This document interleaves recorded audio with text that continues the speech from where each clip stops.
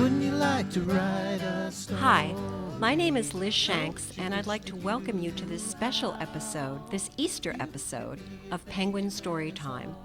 Our book today is The Easter Egg by Jan Brett. All over the world, holidays like Easter have traditions, special celebrations that add to our family's enjoyment of this special day. And with Easter, one of the loveliest is the arrival of the Easter Bunny, who, on Easter morning, leaves baskets for children. Have you ever had to wait until you're older to do something? Maybe go on a ride alone in an amusement park, ride a two-wheeler bike, go to a sleepover at a friend's. Well, that's what happens to Hoppi, the rabbit, in our story, The Easter Egg by Jan Brett. Please pay special attention to the borders on Jan's beautiful book. It's filled with creatures and pussy willows.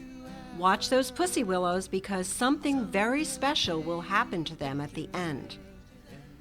And also pay special attention to the beautiful flowers of spring. Violets, jack-in-the-pulpits, bluets, cowslip, Virginia bluebells, phlox, and trout lilies. They're all over the place. Jan also had live models for the rabbits that you will see. Their names were Squiggles, Crystal, Lefty and Righty, Tiki, Traffic, and Nibbles. And now, Jan Brett's The Easter Egg.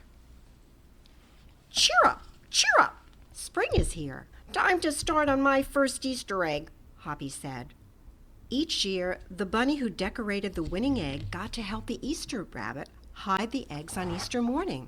Hoppi had been dreaming about being that bunny all year long, and now it was time to get started. Everywhere Hoppi looked, rabbits were working on dazzling eggs. I need an amazing idea, he thought. Hoppi spotted Flora Bunny planting spring wildflowers in her eggs. The Easter Bunny will love those colorful flowers, he thought, and started picking flowers for his egg. Here's a basket for your flowers, Hoppi, Flora said. Chop, chop, scrape, scrape. Hoppi spied Buster Birch carving a magnificent wooden egg. I wish I had some wood for my egg, he wished out loud. Here you go, Hoppi, Buster Birch said, and he put a smooth round piece of wood in Hoppi's basket. Thank you, Buster, Hoppi said. Hoppi was hopping along when the smell of sweetness led him out of the woods and straight to the chocolate egg that Aunt Sassyfrass was decorating with creamy frosting squiggles and bows. Hello, Hoppi, she said, and she put some chocolate squares in his basket. Hippity hop, Hoppi said. I'll make the Easter rabbit a chocolate egg so sweet it will make his whiskers tingle. Then Hoppi saw Granny Irene decorating one of her fabulous story eggs. First, she traced a design on the egg with a special tool. Then, she dipped the egg in pots of yellow, green, orange, and red dye, adding to the design each time. Hoppi couldn't believe his eyes. I'll never make an egg that beautiful, he told Granny Irene. She smiled. Try, she said, giving him one of her special tools. Hoppi was hopping by Hans van der Rabbit's garden when he spotted an extraordinary egg. Hans was painting a portrait of the Easter rabbit, so real that he looked alive. Fantastic, Hoppi exclaimed. Thank you, Hoppi, Hans said. Why don't you make a painting on your egg? He gave Hoppi pots of paint and a fine brush. As Hoppi bounced along, a loud boing nearly knocked him off his feet. It was a whirling, twirling mechanical egg. Whoa, Hoppi said. That's an unusual egg. Would you like to make one? Roberto asked. Hoppi tried hard, but the harder he tried, the more parts and pieces piled up around him. Thank you, Roberto, sighed. but I think I'd better make the egg that's right for me. Hoppi hopped back to the woods and lay down under a tall tree to think. Making a beautiful egg is harder than I imagined, he thought. I guess I don't have to win. I just want to make an egg I'm proud of. Suddenly, the woods rang with the squawking of birds sounding an alarm. Mother Robin swooped down, calling wildly as if she couldn't decide where to go.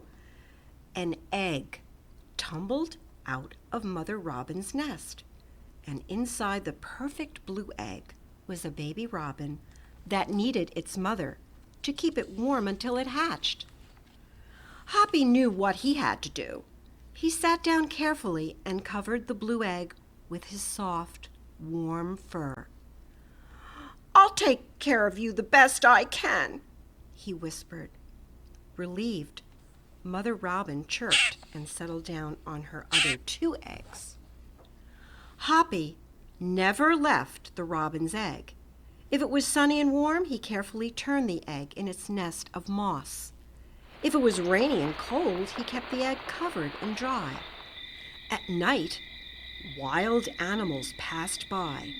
Hoppi crouched down and stayed hidden in the ferns. Often he heard strange noises coming from above. But Hoppi didn't run away. Every day, the rabbits worked on their eggs. Tadpoles turned into frogs. Buds swelled into leaves, and Easter came closer and closer.